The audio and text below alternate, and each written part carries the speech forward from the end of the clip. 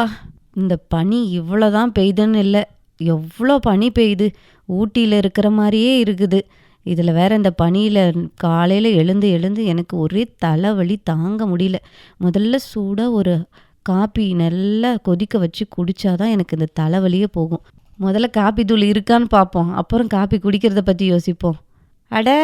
டப்பாவே காலியா இருக்கே! என்னதான் பண்றது? சரி, அதான் இருக்கவே இருக்காங்கல்ல நம்ம மலரு. அவங்க கிட்ட போய் கேட்போம். மலரக்கா! மலரக்கா! அட எவ்வளோ நேரம் கூப்பிட்றோம், கொஞ்சம் வெளியில வாங்களேன். இந்த பனியில் எங்கே காது கேட்குது? அதுவும் சரிதான். பனிக்கு காது மூக்கெல்லாம் அடைச்சி வச்ச மாதிரி துணியை கட்டிக்கிட்டா நான் கூப்பிட்றது உங்களுக்கு எங்கே கேட்க போகுது? அட வாசன் பகம், என்ன காலங்காத்தாலே என்ன தேடி வந்திருக்க? அது ஒன்றும் இல்லைக்கா, எனக்கு ஒரே தலைவலி 2 நாளா. சரி, நல்லா காப்பி சூடாக போட்டு குடித்தா கொஞ்சம் நல்லா கேட்குமேன்னு வந்தேன். காப்பி குடிக்கலனா ஒரு வேலையும் ஆக மாட்டேங்குது, ஒன்றும் ஓட மாட்டேங்குது. சரி, அதுதான் கடையில் போய் வாங்கிட்டு வர்றதுக்கு நீங்கள் தான் காப்பி தோட்டம்லாம் வச்சுருக்கீங்கல்ல. சரி, அதுவும் இல்லாத உங்களை பார்த்தும் ரொம்ப நாள் ஆச்சு. அப்படியே காப்பி பொடி வாங்கின மாதிரியும் ஆச்சு, உங்களை பார்த்த மாதிரியும் ஆச்சு. அதுக்கு என்ன, உனக்கு கொடுக்காமலையா? எவ்வளோ காஃபி தூள் வேணாலும் வாங்கிட்டு போப்பில்ல. சரி சரி, நீ தான் 1/2 ஏக்கர் நிலம் வச்சுருக்க. அதில் காப்பி பயிர் பண்ணால் என்ன, உனக்கு வேண்டியதை நீயே செஞ்சுக்கலாம். அது இல்லாத காஃபி பணப்பயிரும் கூட, தெரியுமா? ஒரு காப்பி பொடி கேட்டதுக்கு எனக்கு ஐடியா கொடுக்குறன்ற பேரில் என்னையவே விளைய சொல்கிற. அதெல்லாம் சரிதான். 1/2 ஏக்கரை வச்சுக்கிட்டு நான் என்ன பண்ணுறது? உனக்காவது அதை பற்றி எல்லாம் தெரியும், ஆனால் எனக்கு அதை பற்றி ஒன்றுமே தெரியாது. நான் போய் எப்படி செய்யறது, நீயே சொல்லு. அட, நாங்கள் மட்டும் என்ன தெரிஞ்சுக்கிட்டா இந்த காஃபியை விளைச்சல் பண்ணுறோம்? எல்லாம் நம்ம தருமபுரி பண்பலை ரேடியோவை கேட்டு தான் பண்ணுறோம். அதுவும் இன்னைக்கு 7:25க்கு வயல்வெளி நிகழ்ச்சியில் காஃபியை எப்படிலாம் விளைவிக்கலாம், காஃபியில் எத்தனை ரகங்கள் இருக்குது, காஃபியை பற்றி அத்தனை தகவல்களும் சொல்ல போகிறாங்க.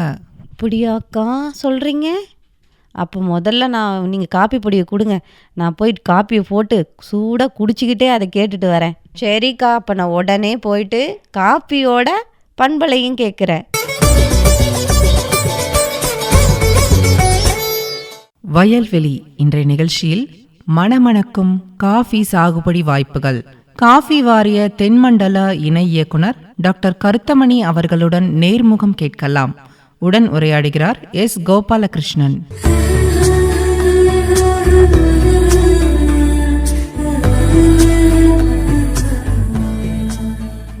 இந்தியாவில் வளரக்கூடிய இந்த காஃபியோட சிறப்புகள், இப்போ இந்த காஃபி சாகுபடியை இன்னும் முன்னேற்றி எடுத்துகிட்டு செல்வதற்கும் அதிக பரப்பளவில் எடுத்துகிட்டு போகிறதுக்கும் நிறைய விவசாயிகளுக்கு எடுத்துகிட்டு போகிறதுக்கும், குறிப்பாக ஏன்னா மலைப்பகுதியில் இருக்கிற விவசாயிகள் அவர்களுக்குன்னு இருக்கிற நிறைய சிக்கல்கள் இருக்குது, அவர்கள் எதிர்கொள்ளக்கூடிய பொருளாதார சிக்கல்கள்லாம் இருக்குது. அப்படி இருக்கிற சூழலில் அவர்களுக்கு ஒரு நிலையான வருமானத்துக்கு கொடுக்கக்கூடிய ஒரு முக்கியமான பயிராக இருப்பது காஃபி.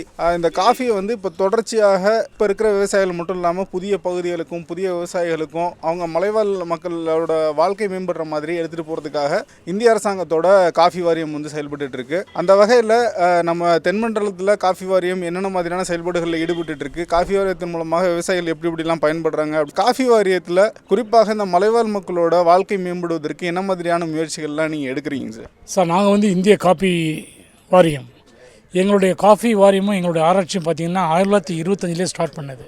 100வது ஆண்டு பொன்விழா, அது சென்டனரி செலிப்ரேஷன். எங்களுடைய காஃபி ஆராய்ச்சி 100 வருஷம் முடிய போகுது. இந்த 100 வருஷம் ஆராய்ச்சியோட விளைவு தான் இன்றைக்கி 50,000 மெட்ரிக் டன்லேருந்து 3.25 லட்சம் மெட்ரிக் டன் காஃபி இன்றைக்கி இந்தியாவில் உற்பத்தி ஆகிட்டு இருக்கு. இதுதான் கடந்த 2025-26 3,65,000 மெட்ரிக் டன் இந்தியா காஃபி உற்பத்தி பண்ணது. கிட்டத்தட்ட இந்தியாவில் பார்த்தீங்கன்னா கிட்டத்தட்ட 4.5 லட்சம் ஹெக்டேர் காஃபி உற்பத்தி இருக்குது. இதில் நம்பர் 1 கர்நாடகா, கிட்டத்தட்ட 2.25 லட்சம் ஹெக்டேர் கர்நாடகாவில் இருக்குது. கேரளா 2வது மிகப்பெரிய உற்பத்தி ஏரியா கேரளாவில் 85,000 ஹெக்டேர், கிட்டத்தட்ட 1 லட்சம் ஹெக்டரில் 85,000 ஹெக்டேர் காஃபி உற்பத்தி ஆகிட்டு இருக்கு. பிரதானம் அதில் அதிகபட்ச காஃபி ரொபஸ்டா காஃபி. ஆனால் நம்ம தமிழ்நாட்டில் பார்த்தீங்கன்னா கிட்டத்தட்ட 41,000 ஹெக்டேர் தமிழ்நாட்டில் மட்டும் காஃபி இருக்குது. கிட்டத்தட்ட 11 மாவட்டங்களில் காஃபி இது இருக்குது. அதில் பிரதானம் தமிழ்நாட்டில் பார்த்திங்கன்னா கொடைக்கானல் பகுதியில் இருக்க பழனிமலை, 2வது நம்ம ஏற்காடு, கொல்லிமலை, வத்தல் மலை, கல்ராயன் மலை, இந்த மாதிரி நம்மளுடைய பகுதியெலாம் இருக்குது. நீங்கள் கேட்ட மாதிரி இந்தியாவிலேயே அதிக புதிய காப்பினுடைய பரப்பு இனி அதிகப்படுத்தினா அது நம்மளுடைய தமிழ்நாடு துணை இயக்குனர் மூலயமாவும் நம்மளுடைய ஏற்காடு முன்னிலை தொடர்பு அலுவலர் ஆஃபீஸ் மூலயமா கிட்டத்தட்ட நாங்கள் வந்து ஒரு ப்ராஜெக்ட் ரெடி பண்ணி கிட்டத்தட்ட 50,000 ஹெக்டேர் புதுசாக அரபிக்கா காஃபி உற்பத்தி பண்ணக்கூடிய இந்தியாவிலே இருக்கக்கூடிய ஒரு சான்ஸ் வந்து தமிழ்நாட்டுக்கு தான் இருக்குது.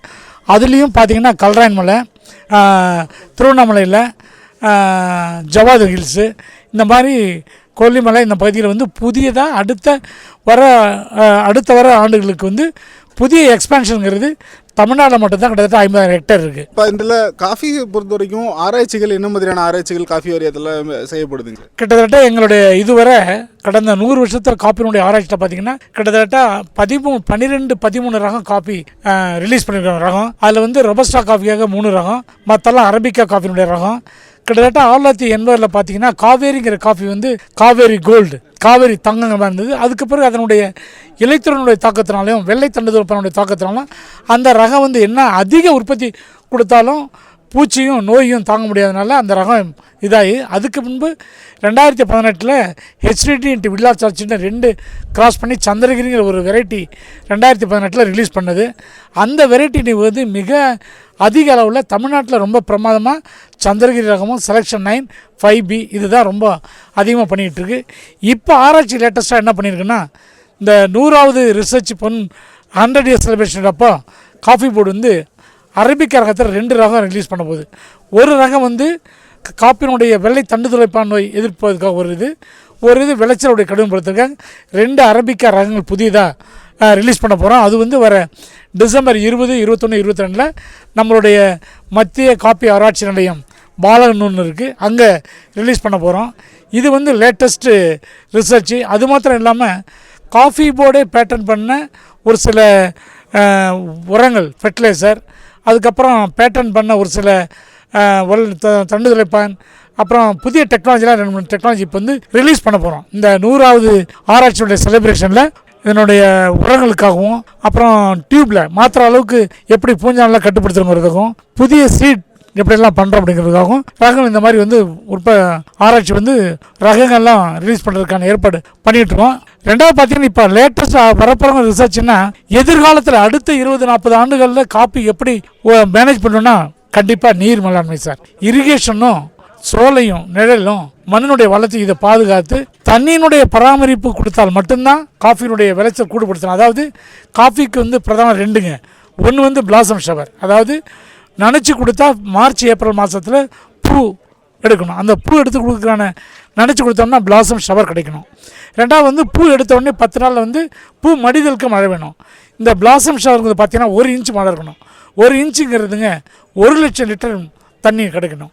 அப்போ ஒரு தரம் இந்த 2 பிளாசம் ஷவரும் பேக்கிங் ஷவரும் கிடைச்சிச்சுன்னா அந்த வருஷத்துடைய காப்பி மகசூல் வந்து கேரண்டி. அப்போ 1 டிகிரி காலநிலை சூழ்நிலை ஏற்பட்டதுனால இன்றைக்கி சீதோஷ தட்பவெப்பநிலைகள்லாம் கம்ப்ளீட்டாக மாறி இருக்கிறதுனால என்ன தான் டெக்னாலஜிகள் நிறைய செஞ்சாலும், என்ன தான் உரங்கள் கொடுத்தாலும், டெக்னாலஜி எது வந்து கொடுத்தாலும் கடந்த 10 ஆண்டுகளில் 1 டிகிரி காலநிலை தட்பத்தின் மாறுறதுனால டெக்னாலஜி எது கொடுத்தாலும் விளைச்சல் வந்து காப்பி மாத்திரம் இல்லை, எல்லா விவசாயத்துலையும் விலை உடந்து கூடுதலாக பண்ண முடியல. அப்போ இதுக்கு என்ன அப்படின்னு கிளைமேட் ரெசிலியன்ட் காஃபி இல்லை கிளைமேட் ரெசிலியன்ட் அக்ரிகல்ச்சர்னா அதை எப்படி மீட் எடுக்கிறது. அதாவது இப்போ வறட்சி ஆகுது, 1 டிகிரி காலநிலை மாற்றம் ஏற்பட்டு போச்சு, அதை எப்படி மீட்சி அதை எப்படி மீட் எடுக்கிறதுனா அப்போ இருக்கிற விளைச்சலை வந்து டபுள் ஆக்கணும். அந்த இருக்கிற விளைச்சலை டபுள் ஆக்குறது என்ன பண்ணும், லேட்டஸ்ட்டு காஃபி ரகங்கள், லேட்டஸ்ட் டெக்னாலஜி என்னெல்லாம் இருக்கோ அதெல்லாம் விவசாயிகளுக்கு சொல்லி கொடுத்து எங்களுடைய எக்ஸ்டென்ஷன் டிபார்ட்மெண்ட் வந்து ட்ரான்ஸ்ஃபர் ஆஃப் டெக்னாலஜியில் நாங்கள் ரொம்ப டாப்பாக பங்கெடுத்துட்ருக்கோம். வருகின்ற ஆராய்ச்சி எல்லாத்தையும் ஆராய்ச்சி நிலையத்திலிருந்து எங்களுடைய காஃபி பொருளுடைய விரிவாக்கத்தினுடைய துறை மூலமாக எங்களுடைய துணை இயக்குனர், முதுநிலை அலுவலர்கள், இளநிலை அலுவலர்கள், விரிவாக்க அலுவலர்கள், அப்புறம் எக்ஸ்டென்ஷன் இன்ஸ்பெக்டர் இவங்கெல்லாம் ஒருபாடு அவங்கவுங்களுக்குன்னு வருவாய் கிராமங்கள் பங்கெடுத்து கொடுக்குறோம். அந்த கிராமங்களுக்கு அவங்க போய் டெக்னாலஜியை சொல்லி கொடுத்து எப்படி இந்த கிளைமேட் ரெசிலியண்ட்டை வந்து விவசாயம் சஸ்டைனபிள் அக்ரிகல்ச்சர் எப்படி பண்ணணும் அதுக்கு சொல்லி கொடுத்து அதுக்கு தகுந்த இதை ஆமாங்க, புதிய லேட்டஸ்ட் டெக்னாலஜியும் கிளைமேட் ரெசிலியன்ட் டெக்னாலஜி, அதுக்கான ரகங்கள் எப்படி உற்பத்தி பண்ணுறது, இப்போ கிடைக்கக்கூடிய 250 கிலோ 300 கிலோ இருக்கிறத அதை எப்படி டபுள் ஆக்குறது, இதை பண்ணால் மட்டும்தான் இந்த 1 டிகிரி கால தட்பவெப்பநிலையுடைய மாறுதலில் நம்ம விவசாயிங்க ஃபைட் பண்ணி ஒரு சாதாரண விளைச்சலை நல்ல விளைச்சலை எடுத்துகிட்டு போயிட்டு விளைவிக்க முடியும். இப்போ நீங்கள் சொன்னீங்க இந்த கிளைமேட் ரெசிலன்ஸ் பற்றி சொன்னீங்க. நமக்கு இப்போ உலகமே எதிர்ப்பு நோக்கிட்டு இருக்க உலக வெப்பமயமாதல், அதனால் என்னென்ன பாதிப்புகள் வரலாம், அதற்கு நம்ம எப்படி தயாராகணும், அதற்கான ஆராய்ச்சிகள் என்ன பண்ணுறீங்க அப்படின்றத சொன்னீங்க. அதே மாதிரி இன்னொரு முக்கியமான ஒரு விஷயம் என்னென்னா, எந்த ஒரு பயிருமே வந்து விவசாயிகளுக்கு லாபகரமானதாக இருக்கணும், பொருளாதாரத்தில் அவங்களுக்கு முன்னேறதுக்கு உதவிகரமாக இருக்கணும். குறிப்பாக காஃபி போன்ற ஒரு பணப்பயிராக நம்ம அதை பார்க்கும் பொழுது இப்போ வந்து உலக தாராளமயமாக்கலுக்கு அப்புறம் பார்த்தோன்னா சந்தை வந்து நிர்ணயிக்கிறது சர்வதேச காரணிகள், பல காரணிகள் இருக்குது. அப்படி இருக்கும் பொழுது ஒரு தரமான காஃபியை உற்பத்தி பண்ணுறதுக்கு என்னென்ன விஷயங்களில் விவசாயிகளுக்கு தேவையான பயிற்சிகள் இருக்கும், அதற்கு நீங்கள் எப்படி அவங்கள தயார்படுத்துறீங்க? ஏன்னா ஒரு விவசாயி ஒரு கிராமத்தில், ஒரு சின்ன மலை கிராமத்தில், ஒரு குக்கிராமத்தில் அவர் இந்த காஃபியை பயிரிடுவார். ஆனால் அதோட விலையை நிர்ணயிக்கிறது ஒரு சர்வதேச சந்தையாக இருக்குது. அப்படி இருக்கும்போது அவருக்கு என்னென்ன விஷயங்களெல்லாம் நீங்கள் பயிற்சியின் மூலமாக சொல்லி அவர் எப்படி தயார்படுத்துறீங்க சார் இந்த பயிருக்கு? எங்களுடைய பயிற்சியில் பார்த்தீங்கன்னா, நீங்கள் அருமையான கேள்வி கேட்டுங்க. உலகத்தில் சந்தமயமாக்குதல் மார்க்கெட்டிங்னு பார்த்தீங்கன்னா, அரபிக்கா காஃபிக்கும் ரொபஸ்டா காஃபிக்கும் லண்டன் மார்க்கெட் தான் நமக்கு ரொபஸ்டாவுக்கு, நியூயார்க் வந்து அரபிக்கா காஃபி மார்க்கெட். அப்போ இன்றைக்கி ஏற்காடுலேயோ இல்லை சேலத்துலேயோ தருமபுரியில் இன்றைக்கி நம்ம குடிக்கிற காஃபினுடைய விலை வந்து டைரெக்டாக லண்டன் மார்க்கெட்டு நியூயார்க் மார்க்கெட்டு தான்.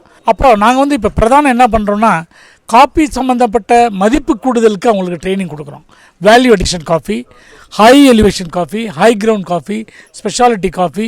காஃபியில் பார்த்திங்கன்னா ஒருபாடு இப்போ நிறைய பேருக்கு தெரியாது, காஃபினா ஏதோ காஃபி வைக்கிறோம் நம்ம காஃபி குடிக்கிறோம், அப்படி இல்லை. ஸ்பெஷாலிட்டி காஃபி 4500 அடிக்கு மேலே விளையிற காஃபிலாம் ஸ்பெஷாலிட்டி காஃபி. இந்த காஃபினுடைய இதை வந்து நம்மளுடைய விவசாயிகளுக்கு தெரியல. ஆனால் கடந்த 5 வருஷத்துக்கு முன்னாடி நம்மளுடைய ஏற்காடில் சாதாரணமாக 400 விற்கிற காஃபியை 1200 1500 கூட அதை ஸ்பெஷாலிட்டி வேல்யூ அடிஷன் பண்ணி coffee cascara, coffee vinegar, high ground coffee, speciality coffee, fermented coffee, cold coffee, ice coffee அப்படிங்கிற மாதிரி போத சாதாரணமாக ஒரு எல்லா ரகத்துன்னு இல்லாமல் அதை முறையாக ஃபெர்மெண்டேஷன் பண்ணி இல்லை முறையான ரகங்களை பிரித்தெடுத்து AAA, AA, AB அந்த மாதிரி ரகங்கள்லாம் பிரித்து எடுத்து முதல்ல கொடுத்தோம்னாலே அதுக்கு தகுந்த மதிப்பு காஃபி விலையில் கிடைக்குது. அது விவசாயிகளுக்கு நாங்கள் சொல்லிக் கொடுக்குறோம். அதுக்கப்புறம் திருந்திய சாகுபடி எப்படி டெக்னாலஜி நீங்கள் எப்படி பயன்படுத்தலாம், எப்படி குவாலிட்டி அதிகப்படுத்தலாம் அப்படிங்கிறது அதுக்கு தகுந்த மாதிரி நாங்கள் எங்களுடைய எக்ஸ்டென்ஷனில் வந்து ஃபார்மர் ஸ்கூல் முறை இருக்குது, எக்ஸ்போஷர் இருக்குது, டெமான்ஸ்ட்ரேஷன் இருக்குது, ஃபாலோஅப் இருக்குது, எஸ்டேட் விசிட் இருக்குது, ட்ரைனிங் இருக்குது. அப்புறம் அவங்களுக்கு தேவையான நாங்களே எங்களுடைய ஆஃபீஸர் போய் அவங்க தோட்டத்தில் படித்து கொடுக்குறாங்க. ஐயா நீங்கள் இப்படி பார்த்தீங்கன்னா எல்லாமே காயும் பழமும் ஒன்றா பறிச்சிடுறாங்க. அப்போ பழம் தனியாக காப்பி தனியாக பிரித்து எடுத்தாலே அந்த பழத்திலேருந்து எடுக்கக்கூடிய காப்பியை அவங்க தனியாக சந்தைப்படுத்தினாலே அதனுடைய விலை டாப் கிளாஸாக இருக்குது. ரெண்டாவது வந்து நம்மளது வந்து சன்ரைட் காஃபி, ஹேண்ட் பிக்கடு காஃபி. உலகத்தில் 140 கண்ட்ரியில் வந்து காஃபி விளையுது. ஆனால் நம்ம இந்தியா காஃபி மட்டும்தான் சோலை இல்லை, மரனுடைய நிழலுக்கு கீழே காஃபி உற்பத்தி பண்ணக்கூடிய மிக மிக முக்கியமான நாடு நம்மளுடைய இந்தியா நாடு. அதனால் நம்மளுடைய காஃபிக்கு வந்து சோலையில் நிழலுக்கு கீழே தாழ்வுறதுனா கிடைக்கக்கூடிய எல்லா காஃபியுமே நம்மளுடைய தரமான காஃபி. அதனால் உலகத்தில் வந்து சங்கநிலைப்படுத்தும் போது நம்மளுடைய கப் குவாலிட்டின்னு சொல்லுவாங்க, அது வந்து 80% மேலே இருக்குது. கடந்த 5-6 வருஷமாக நம்மளுடைய இந்தியாவில் இருக்க நம்ம தமிழ்நாட்டில் இருக்க கொடைக்கானல் ஆகட்டும், ஏற்காடு ஆகட்டும், மற்ற எல்லா பகுதியிலும் நம்ம வந்து இன்றைக்கி கப் ஸ்கோர் வந்து 86% நல்லா பண்ணுறோம். காஃபியில் பார்த்திங்கன்னா speciality coffee, orange coffee, pineapple coffee, அது மாதிரி பல ரகங்கள் வேல்யூ அடிஷன் பண்ணுறதுனால சந்தைப்படுத்துறது ரொம்ப ஈஸிங்க. விவசாயிங்க வந்து அதை பறித்து காஃபி பழம் தனியாக, காய் தனியாக, முக்கால் பழம் பழுத்த காஃபியெல்லாம் தனித்து பண்ணிவிட்டு அதை ஃபில்டர் காஃபிக்கு பார்ச்மெண்ட் பண்ணி கிரேடு ரகங்கள் பிரித்து கொடுத்தாலே இவங்க வீடு தேடி வந்து 400 ரூபாய்க்கு விற்கிற காஃபியை 700 ரூபாய்க்கு கெடுக்கிறதுக்கான ஆட்கள் யாராக இருக்குது. நாங்கள் காஃபி கூட அதை படித்து கொடுக்குறோம். இப்போ எல்லாரும் விழிப்புணர்வு இருக்குது, காஃபி இப்போ நல்லா சேல் பண்ணுறாங்க சார். சார் பொதுவாக பார்த்திங்கன்னா விவசாயிகள் நம்ம பாரம்பரியமாக செஞ்சுட்டு இருக்க பயிர்கள்லேயே அவங்களுக்கு வந்து தொழில்நுட்பங்களில் கற்றுக்கிறதுல ஒரு தயக்கம் இருக்கும். அவங்க நம்ம செஞ்சுட்டு இருக்கிற விஷயத்தில் புதுசாக இது மாதிரி செய்யுங்க அப்படின்னா யோசிப்பாங்க. நம்ம காஃபி மாதிரியான ஒரு பயிர் வந்து அவர்களுக்கு புதியது. நிறையா இப்போ புதுசாக ஒரு விவசாயி எடுக்கிறாரு. இப்போ நீங்கள் சொன்னாப்புல இப்போ தருமபுரியில் வத்தல்மலை இந்த மாதிரியான பகுதிகளில் முதல் முறையாக அவங்க காஃபிக்கு போடுறாங்க, இல்லை இப்போ தான் தான் ஒரு 10 வருஷமாக போட்டுட்டு இருக்காங்கன்னா அவங்களுக்கு முழுமையாக அந்த தொழில்நுட்பங்கள் தெரிவதற்கு வாய்ப்பு இல்லை. முதல் தடவையாக அவங்க பயிற்சி எடுக்கிறத தாண்டிலும் தொடர்ச்சியாக நீங்கள் எப்படி அவங்கள வந்து அணுகுறீங்க, அவங்களோட தோட்டங்களை எப்படி கண்காணிக்கிறீங்க, அவங்களுக்கு என்ன மாதிரியான ஆலோசனை கொடுக்குறீங்க, எப்படி அவங்கள ஃபாலோ பண்ணுறீங்க? இப்போ நல்லா கேட்டிங்க. இப்போ எங்களுடைய வத்தல்மலை பகுதி வந்து எங்களுடைய ஏற்காடு பகுதிக்கு தகுதியாக கீழே வருது. ஆனால் எங்களுடைய எல்லா மீட்டிங்குக்கும், டெமான்ஸ்ட்ரேஷன் எல்லா மீட்டிங்கும் ஒவ்வொரு விவசாயிகளுடைய லிஸ்ட்டை நாங்கள் ப்ரிப்பேர் பண்ணி வச்சுருக்கோம். கிட்டத்தட்ட வத்தல்மலை பாட்டிலும் கிட்டத்தட்ட 600-700 பேர் விவசாயிங்க இருக்காங்க. கிட்டத்தட்ட 1000-2000 ஏக்கருக்கு காஃபி அங்கே நல்லா விளைஞ்சிக்கிட்டு இருக்கு. எங்களுடைய அதிகாரிகள் வந்து 2 மாதத்துக்கு ஒரு தரம் அந்த வில்லேஜுக்கு போய் அங்கேயே தங்கி அவங்களுக்கு 2-3 நாட்கள் அங்கே இருந்து அவங்களுடைய தோட்டத்தை பார்வையிட்டு பார்த்து அவங்களுடைய தகுந்த தொழில்நுட்பத்தில் சொல்லிக் கொடுக்குறோம். அவங்களையும் நாங்கள் இங்கே கூப்பிட்டு வந்து எங்களுடைய டெக்னாலஜி, எங்களுடைய ஃபார்ம் இருக்குது இங்கே முதுநிலை தொடர்பு அலுவலகத்தில் எங்களுக்கு 25 ஏக்கர் ஒண்டிக்கடையில் ஃபார்ம் இருக்குது. அவங்களெல்லாம் வந்து எங்கள் தோட்டத்தில் இருக்கிற பல ரகங்கள் எப்படி பண்ணுறோம், காப்பை எப்படி தரம் பிரிக்கிறோம், எப்படி பார்ச்மெண்ட் காஃபி பண்ணுறோம், எந்த மாதிரி நிழல் பராமரிக்கிறோம், நிழல் மட்டும் இல்லாமல் இந்த சில்வர் ஓக்கு மட்டும் இல்லாமல் பலதர டைவர்சிஃபைடு காஃபி கூட பனானா, மிளகு, ஆரஞ்சு, அவகேடோ இதெல்லாம் எப்படி நம்ம பண்ணுறங்கிறத பரிப்பிச்சு கொடுக்கறதுனால எங்களை, அதாவது பாரம்பரிய காஃபி விவசாயிகளை விட இந்த 10 வருஷம் 15 வருஷத்துக்கு புதுசாக காப்பி விற்கிற விவசாயிகள் இப்போ நிலவிக்கிட்டு இருக்க காப்பியினுடைய விலையினால் நல்ல ஆர்வம் வந்து கற்றுக்கிட்டு ட்ரெடிஷ்னல் பாரம்பரிய விவசாயிகளுக்கு ஈக்குவலாக அவங்களுடைய ஆர்வத்தை காட்டி நல்லா உற்பத்தி பண்ணுறாங்க. டைரெக்டாக ஃபோன் ஒவ்வொருத்தரும் கூட துணை இயக்குனர், முதுநிலை இயக்குனர் எங்களெல்லாம் டைரெக்டாக ஃபோனில் காண்டாக்ட் இருக்காங்க. நாங்கள் அவங்க லிஸ்ட்டு வச்சுருக்கோம். அவங்களுக்கு ஃபோன் மூலியமாகவோ, வாட்ஸ்அப் குரூப் மூலியமாகவோ, தபால் மூலியமாகவோ எல்லாமே அவங்களுக்கு தேவையான அட்வைசரி கொடுத்துட்ருக்கோம். எங்களுக்கும் அவங்களுக்கும் மாதத்துக்கு மாதம் தொடர்ந்து ஒரு தொடர்பு இருக்கிறதுனால நல்லபடியாக பண்ணிகிட்டு இருக்காங்க சார். இப்போது சமீபத்தில் துணை இயக்குனர் காஃபி வாரியம் வந்து ஒரு பேட்டியில் எங்களோட வானொலியில் கொடுக்கும்போது கூட சொன்னாங்க, அதாவது புதிய மலைப்பகுதிகளெல்லாம் நீங்கள் இப்போ கண்டறிஞ்சு அந்த பகுதிகளுக்கு காஃபி சூட் ஆகும் பொழுது அங்கேயும் நீங்கள் விவசாயிகள்கிட்ட போய் இதை எக்ஸ்டென்ஷன் ஆக்டிவிட்டி மூலமாக இதை வந்து விரிவுபடுத்துறீங்க அப்படின்னு சொல்லி, குறிப்பாக திருச்சி பகுதிகளில் பச்சை மலை பகுதி இந்த மாதிரிலாம் சொல்லியிருக்கீங்க. இப்போ இதே மாதிரி தமிழ்நாட்டில் இல்லை தென்னிந்தியாவில் நீங்கள் எந்தெந்த பகுதிகளை கண்டறிஞ்சிருக்கீங்க சார்? அங்கே இருக்க விவசாயிகளுக்கு அவங்களோட வாழ்க்கையை மாற்றுவதற்கு இந்த காஃபி எந்தளவுக்கு உதவும்னு நீங்கள் நம்புறீங்க? இனி வர காலத்தில் உலகத்திலே பார்த்தீங்கன்னா இன்றைக்கி இருக்கிற இதில் உலகத்தில் பெட்ரோலுக்கு அடுத்து 2வது பிஸ்னஸ் வந்து காஃபி தான். அதனால் உலகத்தில் இப்போ பார்த்தீங்கன்னா உதாரணத்துக்கு கன்னியாகுமரியில் ஸ்டார்ட் பண்ணி காஷ்மீர் வரலும் இருக்கிற எல்லா நேஷனல் ஹைவேஸில் பார்த்தீங்கன்னா எல்லாம் கும்பகோணம் ஃபில்டர் காஃபி இப்படியெல்லாம் இருக்கும். ஏன்னா காஃபியினுடைய மதிப்பு கூடுதலாச்சு, காஃபியினுடைய முக்கியத்துவம் நல்லா இருக்குது. காஃபி வந்து சும்மா காஃபி குடிக்கிறது மட்டும் இல்லை, இன்றைக்கி காஃபி வந்து ஹெல்த் அதாவது காஃபி குடிக்கிறதுனால லிவர் டிசீஸ் வந்து குணமாகுது, டைப் 2 சுகர் நல்லா ஆகுது, பிரிஸ்க் இதாகிறது, இந்த மூளை சம்மந்தப்பட்ட இதுக்கெல்லாம் ரொம்ப பிரிஸ்க் பண்ணு அறிவியல் பூர்வமாக காஃபி குடிக்கிறதுடைய ஹெல்த் பெனிஃபிட் ஆஃப் காஃபி இருக்குன்னு நம்ம சொல்லிக்கிட்டு இருக்கோம். அதனால் அது வந்து ஒரு வாரம் போயிட்டுருக்கு. 2வது இன்றைக்கி இருக்க தலைமுறைகள் வந்து ஐடி போயிட்டுருக்குங்களா, அவங்களுக்கு இன்றைக்கி உள்ள எல்லா மத்தியிலையும் வந்து இந்த ஸ்ட்ரெஸ் நிறையா ஆகிருக்கிறதுனால ஒரு காஃபியை குடித்தா ஒரு சூசைட் பண்ணிக்கிற நிலைமையில் இருக்கவங்க கூட இந்த காஃபி சாப்பிட்டோம்னா அவனுக்கு ஒரு உணர்ச்சி கிடைக்கிறனால அவனுடைய மைண்ட் செட்டே மாற்றுது. அதனால் உலகில் எல்லாருக்கும் ஒரு ஸ்ட்ரெஸ் இருக்கிறனால காஃபினுடைய தேவை, டிமாண்ட், லோக்கல் வந்து அவங்க காஃபி குடிக்கிறது அதிகமாகிறதுனால நிறையா இதாக போயிட்டுருக்கு. புதிய மலைகள்னால் பச்சை மலையெல்லாம் இன்றைக்கி நம்பர் 1 காஃபி நாங்கள் இப்போ ஐடென்டி பண்ணியிருக்கோம். பச்சை மலை, ஈவன் கன்னியாகுமரி, திரும்ப கொல்லிமலை, அஞ்சுநாடு, இதே டேனிஷ்பேட்டை, ஜவாது மலை, திருவண்ணாமலை மாவட்டம், இது ஏலகிரி, இதெல்லாம் நாங்கள் இப்போ லிஸ்ட் எடுத்து கிட்டத்தட்ட இந்தியாவிலேயே அரேபிக்கா காஃபி அதிகமாக புதுசாக உற்பத்தி பண்ணிக்கூட ஒரு சான்ஸ் இருக்கக்கூடிய ஒரே மாநிலம் தமிழ்நாடு தான். அது ஒரு கிட்டத்தட்ட 40,000-50,000 ஹெக்டருக்கு புதிய மலைகள் நாங்கள் கண்டெடுத்து கவர்மெண்ட் ஆஃப் இந்தியாவுக்கு கொடுத்து கவர்மெண்ட் அப்ரூவல் ஆகி இன்றைக்கி இருக்கிற commerce minister Piyush Goyal sir தான் அதை அப்ரூவல் பண்ணியிருக்காங்க. அதிகமாக 2026 ஏப்ரல்லேருந்து 2020 31 வரை புதிய எக்ஸ்பான்ஷனுக்கு வரும்போது மேற்கொண்டு நம்மளுடைய பரப்பு அதிகமாகும். விவசாயிகள் வந்து மார்க்கெட் இருக்கிறதுனால எல்லா விவசாயத்தை விட தாராளமாக கொஞ்சமாக செலவு பண்ணி ஒரு ஏக்கருக்கு 1,50,000 ரூபா மினிமம் லாபம் எடுக்கக்கூடிய ஒரு மிகப்பெரிய லாபகரமாக பயிராக இருக்கிறனால காஃபிக்கு நல்ல ஒரு டிமாண்ட் இருக்குங்கிறது எங்களுடைய கருத்து சார். சரிங்க சார். இதில் இன்னொரு கேள்வி என்னென்னா, காஃபி பற்றி கேட்கும்பொழுது சிக்கரியை பற்றி கேட்காம இருக்க முடியாது. ஏன்னா காஃபியோட அந்த உண்மையான சுவையை நம்ம உணர்வதற்கு அந்த சரியான தரமான சிக்கரியும் ரொம்ப முக்கியமானது. அதை பொறுத்த வரைக்கும் காஃபி வாரியம் என்ன மாதிரியான நடவடிக்கை எடுக்கிறாங்க? ஏன்னா அதுலேயும் அடல்ட்ரேஷன் வந்து ஒரு பெரிய சிக்கலாக இருக்குது. அப்படின்றப்ப அதை ஸ்டாண்டர்டைஸ் பண்ணுறதுக்கு ஏதாவது நீங்கள் முயற்சி எடுக்கிறீங்களாங்க சார்? அதில் ஒரு திருத்தம் செஞ்சுக்கணும். காஃபி போட காஃபி கூட சிக்கரி சேர்க்கணுங்கிற அவசியமே கிடையாது. ஏன்னா காஃபியினுடைய அடல்ட்ரேஷன் தான் இந்த சிக்கரி. சிக்கரிங்கிறது பார்த்தீங்கன்னா நம்ம சக்கரவள்ளி கிழங்கு மாதிரி ஒரு கிழங்கு. இது வந்து குஜராத், மகாராஷ்டிரா பகுதியில் வந்து பயிர் பண்ணுறாங்க. அந்த பவுடரை அரைச்சி காஃபி கூட வந்து ஒரு திக்னஸ்க்காக தான் போடுறாங்க ஒழிய இந்த இதை சேர்த்தா தான் காஃபி குடிக்கிறது கிடையாது. அதனால் இந்த 20 அதாவது எல்லாம் வியாபாரம் பண்ணும்போது காஃபினுக்கு ஈக்குவலாக 80-20, 80-40, 56-47 இந்த மாதிரி காஃபிக்கு ஈக்குவலாக சிக்கரியை வந்து வியாபார ரீதியாக கலக்கிறாங்க. காஃபி போர்டு வந்து சிக்கரியை கலக்கிறத என்டர்டெயின் பண்ணல. சிக்கரிக்கும் காஃபிக்கும் எந்த சம்மந்தமும் இல்லை. ஆனால் பாரம்பரியமாக சிக்கரியை சாப்பிட்டா தான், அந்த சிக்கரி கலந்த காஃபி சாப்பிட்டா தான் எங்களுக்கு ஒரு காஃபி சாப்பிட்ட மாதிரி இருக்குன்னு பழக்கம் அடிக்ட் ஆகிட்டதுனால சிக்கரின்னு சொல்கிறாங்க.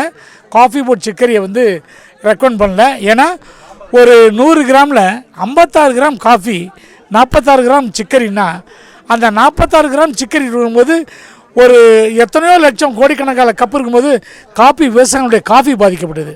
மீதி இருக்கிற 46 கிராம் காஃபி பவுடர் சேர்த்தா காஃபியோடைய வியாபாரம் முன்னேற்றம். காஃபியோடைய விலையை சிக்கரி வாங்கிட்டு இருக்கீங்க. அதனால் நாங்கள் காஃபி பொடி இப்போ என்ன பண்ணியிருக்கோன்னா, யாரெல்லாம் காஃபி உற்பத்தி பண்ணுறோம் அவங்கெல்லாம் வந்து காஃபி போல் இது பண்ணி அவங்க டிஸ்பிளே பண்ணோம். இது வந்து சிக்கரி கலந்த காஃபி. எப்படி வந்து cigarette smoking is dangerous health சொல்கிறாங்களே, அதே மாதிரி சிக்கரி கலந்த காஃபின்னு அவங்க வந்து கண்டிப்பாக போடணும். அப்போ சிக்கரி கலந்து தான் காஃபிங்கிறத குடிக்க வேண்டாம், சிக்கரிக்கு முக்கியத்துவம் தராதுங்கிற வேலையை காஃபி போட்டு சேர்ந்து பண்ணிக்கிட்டு இருக்கு. சரிங்க சார். நிறைவாக இப்போ இந்த புதிதாக யாராவது காஃபி சம்மந்தப்பட்ட பயிர் சாகுபடி செய்யணும், அது சம்மந்தமான தகவல் தெரிஞ்சுக்கணும் அப்படின்னு ஆசைப்படுறவங்க என்ன விஷயம் செய்யலாங்க சார்? எங்கெங்கெல்லாம் தொடர்பு கொள்ளலாம்? புதுசாக தமிழ்நாட்டில் காஃபி விரிவாக்கம் பண்ணுங்கிறவங்க தமிழ்நாட்டினுடைய துணை இயக்குனர் ஆஃபீஸ் வந்து போடி நாயக்குள்ள இருக்குது.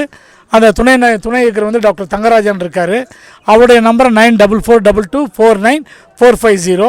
அந்த நம்பருக்கு அவர் காண்டாக்ட் பண்ணலாம். முதுநிலை தொடர்பாளர் ஆஃபீஸ் வந்து ஏற்காடில் இருக்குது. ஏற்காடுக்கு கீழே அடுத்து கொல்லிமலை பகுதிக்கு தேவையான கொல்லிமலையும் இருக்குது, ஏற்காடு இருக்குது. இதை விட்டால் தமிழ்நாட்டில் வந்து கொடைக்கானல் பகுதியில் முதுநிலை தொடர்பாளர் இருக்காங்க. அங்கே வந்து ஆடலூர், பெருமாள் மலை, பண்ணைக்கோடுங்கிற 3 இளநிலை தொடர்பாளர் இருக்காங்க. நீலகிரியை பார்த்திங்கன்னா அங்கே காஃபினுடைய விரிவாக்க அலுவலர் இருக்காங்க. நீலகிரியிலே கூடலூர் பார்த்திங்கன்னா முதுநிலை தொடர்பாளர் இருக்குது. இது மாதிரி தமிழ்நாட்டில் இருக்கிற எல்லா இடத்துலையும் நம்மளுடைய துணை இயக்குனர் ஆஃபீஸு, முதுநிலை தொடர்பு அலுவலர், இளநிலை தொடர்பு அலுவலர், விரிவாக்க அலுவலர், இந்த மாதிரி எல்லாமே எங்கள்கிட்ட கிட்டத்தட்ட ஒரு 13 ஆஃபீஸ் 12 ஆஃபீஸ் இருக்குது. விவசாயிகள் எங்கே வந்தாலும் எங்கள் ஆஃபீஸை இவங்களை தொடர்பு கொண்டால் அவங்க தேவையான எல்லா சப்போர்ட்டும் பண்ணுவாங்க. ரைட்டுங்களா? நம்ம எல்லாம் ஒன்று சேர்ந்து தமிழ்நாட்டினுடைய அரபிக்க காஃபியை முன்னெடுத்து போகணும். விவசாயிகள் வந்து பொருளாதாரமாக இன்றைக்கி கிடைக்கிற இந்த விலையை பயன்படுத்தி காஃபி ஒரு லாபகரமான பயிர், அதில் எந்த மாற்றம் இல்லை.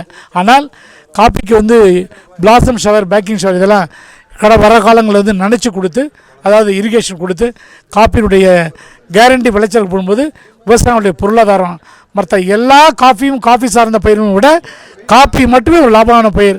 அதை விவசாயிகள் தேர்ந்தெடுத்து காஃபியை முன்னெடுத்து வரும்போது தமிழ்நாட்டினுடைய ஒரு ஸ்பெஷாலிட்டி காஃபியை நம்ம உண்டு பண்ணி ஜிஐலாம் வரப்போகுது பண்ணிடலாங்க. ஆரோக்கியமான ஒரு பானமாக அந்த காஃபி இருக்கணும். அதற்கு என்னென்ன விஷயங்கள் நம்ம செய்யணும், உற்பத்தியிலேருந்து நம்ம நுகர்வு வரைக்கும் என்னென்ன விஷயங்கள் இருக்குது, இது மாதிரியான நிறைய நல்ல நம்பிக்கை ஊட்டக்கூடிய நிறைய சுவையான தகவலை சொன்னீங்க. பங்கேற்றதுக்கு மிக்க நன்றி. நன்றிங்க சார். தேங்க்யூ.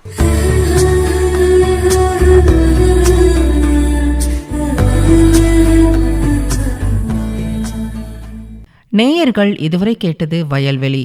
இன்றைய நிகழ்ச்சியில் மணமணக்கும் காஃபி சாகுபடி வாய்ப்புகள், காஃபி வாரிய தென்மண்டல இணை இயக்குனர் டாக்டர் கருத்தமணி அவர்களுடன் நேர்முகம் கேட்டீர்கள். உடன் உரையாடினார் எஸ். கோபாலகிருஷ்ணன்.